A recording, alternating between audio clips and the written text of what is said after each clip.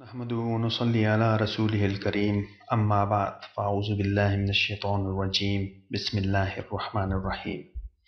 Now in the last lesson what we have covered so far the alphabetic table, where we say that there are 28 alphabet altogether. Now in this lesson we would be looking at the words that when alphabet comes together they would form the word. So we will be looking at words, we will be looking at particles, and lastly we would be looking at how the sentence look like. Now when we talk about the word, then in any language there are two kind of words. One of them is that you understand it, means that is meaningful, and another one is it doesn't make any sense, like that you use in chatting, lol. That the words that are formed could be anywhere between the noun, could be anywhere between the verbs, or it could be anywhere between the particle. Now if you look at these all three categories, the noun is a name of a person, it could be a name of a place, or it could be a name of a thing. And secondly, if you look at the verb, so it shows an action which is happening. And thirdly, doesn't have any meaning unless it's being used together with the other words. So then it can deliver the meaning. Otherwise, if you say from, it doesn't make any sense. Unless you say that from London, then it makes sense. Otherwise, on its own, it doesn't make any sense. A noun could be a name of a person, like for example in case here Zayd, and which is written in Arabic as Zaydun. It could be a name of a place like Makkah, and which is that Makkatu in Arabic.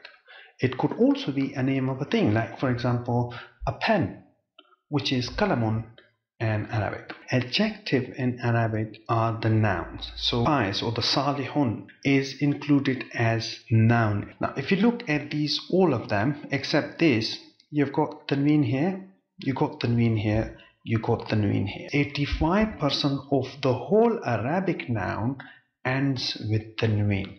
So if it is not told, your guess would be that it's end with a tanween, except this one. So that means this comes under some 15% because 85% are ending with tanween. So this one comes under 15%, and we will be talking about this in detail. So Kalamun, Zaydun, Salihun, they all end in tanween. So the first sign that you have it for a noun is that the noun mostly ends with tanween, except this one, but you will be taking this in detail. So let's see the verb a little bit. If you look at that one, is flying. So somebody is flying. Flying itself is an action, but then it is being associated with the time. So that flying can happen in the past, that flying can happen in the present, and that flying can happen in the future as well. So the action, when it's associated with a word, then that makes it a verb. Say for example here, has flown, is flying, or will fly. That shows an action in the past, that shows an action in the present, and that shows an action in the future. But one thing among them is common, and that thing is the thing which is happening, the name of that thing which is happening. That means to fly, which is called as an infinitive in English. So infinitive in English itself is a noun in Arabic. So our definition of noun is then it is the name of a person, it is the name of a place, it's the name of a thing, it's name of an adjective, and it is the infinitive. That means the name of that work which is happening also. The noun consists of all these 5 kinds. So they will mostly end with tanween because there are 85% nouns which ends in tanween. We also talked about that noun could be among the particles. So what is a particle?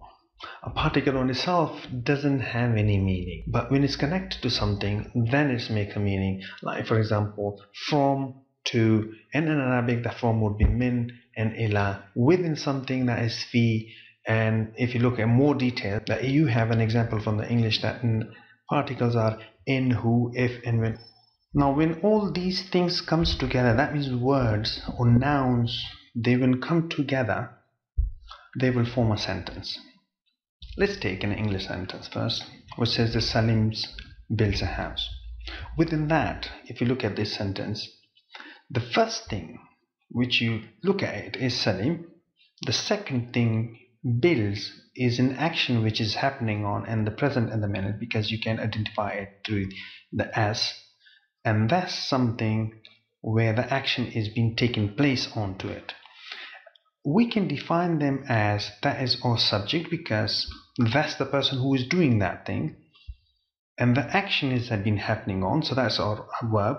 And the third one is the action is happening on to that thing, which is our object. The flow of the sentence is that the subject is the first, the verb is the second, and the object is the third. So the flow would tell you basically that the first one is subject, the second one is verb, and the third one is object. I'm emphasizing it because in Arabic the things would little bit deviate. That's why understand the English structure first.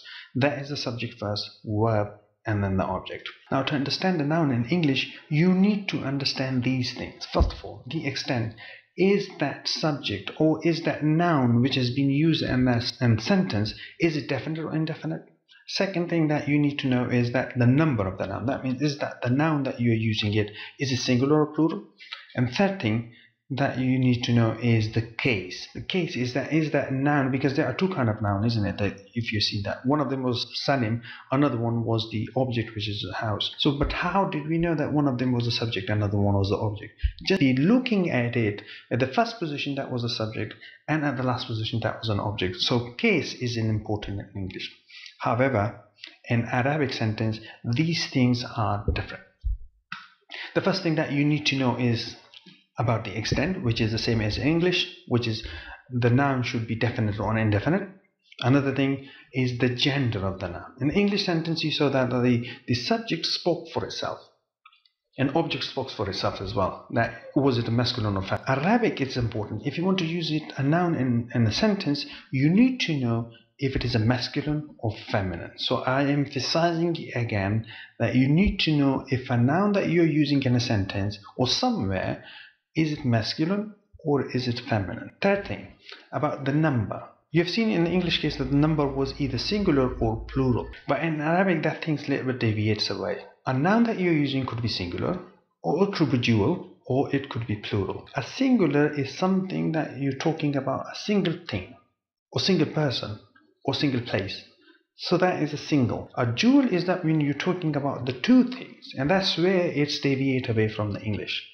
Because there is an additional thing which is a dual, and the last thing is that their plural starts from 3. So it is 1, 2, and the plural starts from 3. So in Arabic, we were talking about the singular. When we talk about the singular, the things will be different. When we talk about the dual, it will be totally different. When we talk about the plural, that will be different. So these things you need to know that what is the number. The fourth thing that you need to know about the Arabic is the case. And case is the same. You remember that when we were using the sentence, we said that the first one is a subject, the last one is an object. In Arabic, that is not the case, that the first one would be the subject, another one would be the object. It's not the case, because a noun could be millions meters away from the subject and there wouldn't be anything verb or something in between, but you still have to recognize it if it is a subject or object or in what form it is. And the case would basically tells you. So that case is called as the case inflection.